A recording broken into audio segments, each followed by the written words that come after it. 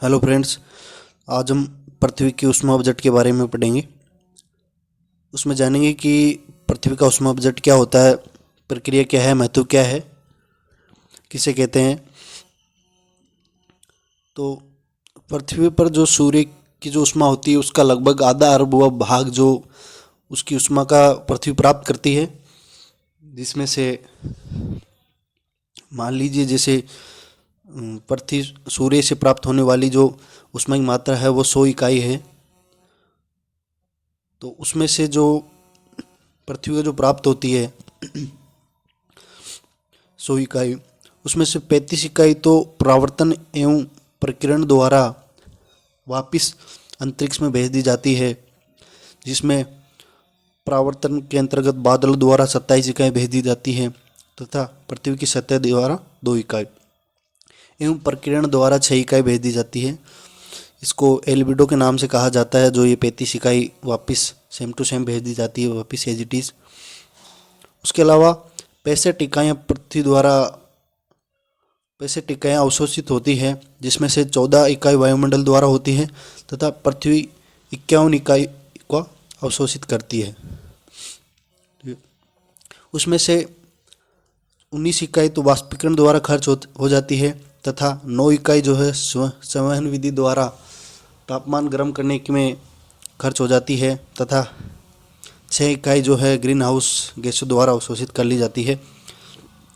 उसके अलावा जो शेष जो 17 इकाई जो बचती है वो पार्थिव विकिरण के रूप में, पार्थिव विकिरण द्वारा दीर्घ तरंगों के रूप में विकिरण खिड़की द्वारा वापस भेज दी जाती है अंतरिक्ष में। तो अभी हम इसका पूरा प्रोसेस हम समझते हैं कि कैसे प्राप्त होती है, किस में खर्च हो जाती है ऊष्मा की जो मात्रा है वो। पृथ्वी को प्राप्त होने वाली कुल ऊष्मा की मात्रा और पृथ्वी के द्वारा खर्च होने वाली ऊष्मा की कुल मात्रा के ब्यौरा को पृथ्वी का ऊष्मा बजट कहा जाता है। यानी जो पृथ्वी को प्राप्त होने वाली जो कुल ऊष्मा की मात्रा होती है तथा पृथ्वी के द्वारा जो खर्च करने वाली कुल ऊष्मा की मात्रा होती है, इन दोनों के ब्यौरा को ही पृथ्वी का ऊष्मा बजट कहा जाता है। सूर्य पर निर्मित होने वाली कुल ऊष्मा के आधा अरबवा भाग का पृथ्वी की ओर लघु तरंगों के रूप में स्थानांतरण होता है। यानी सूर्य की जो भी उसमें उत्पन्न होती है उसका लगभग आधा अरबवा भाग पृथ्वी की ओर आता है, लघु तरंगों के रूप में उसका अवशोषण किया स्थानांतरण होता है पृथ्वी की ओर, जिसका प्रयोग पृथ्वी और इसके वायुमंडल द्वारा अलग अलग रूप में कर लिया जाता है।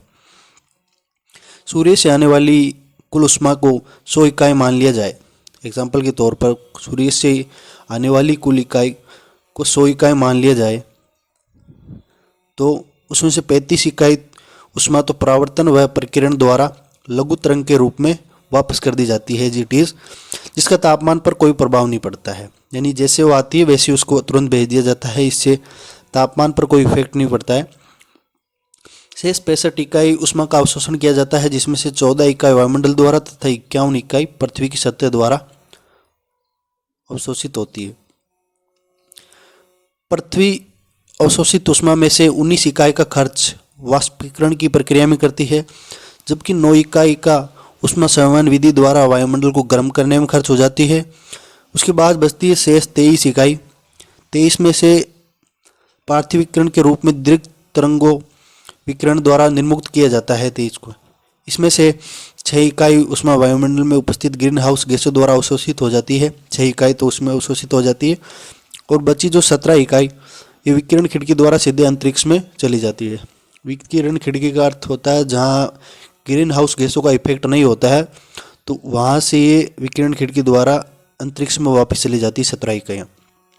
इस प्रकार कुल 48 इकाई 48 इकाई ऊष्मा अतिरिक्त रूप से रहती है, 38 इकाइयाँ अतिरिक्त रूप से रहती है, जिसका निष्कासन वायुमंडल धीरे धीरे किया जाता है।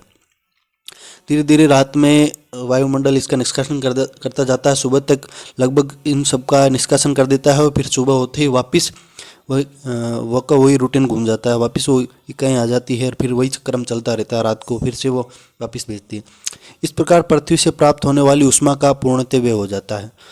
यानी पृथ्वी को जो भी ऊष्मा प्राप्त होती है उसका वो पूर्णतः व्यय कर देती है, उसको खर्च कर देती है लगभग, जिससे इसका तापमान औसत और संतुलित बना रहता है।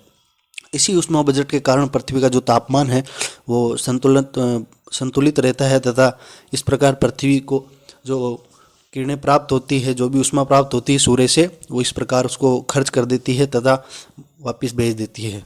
धन्यवाद।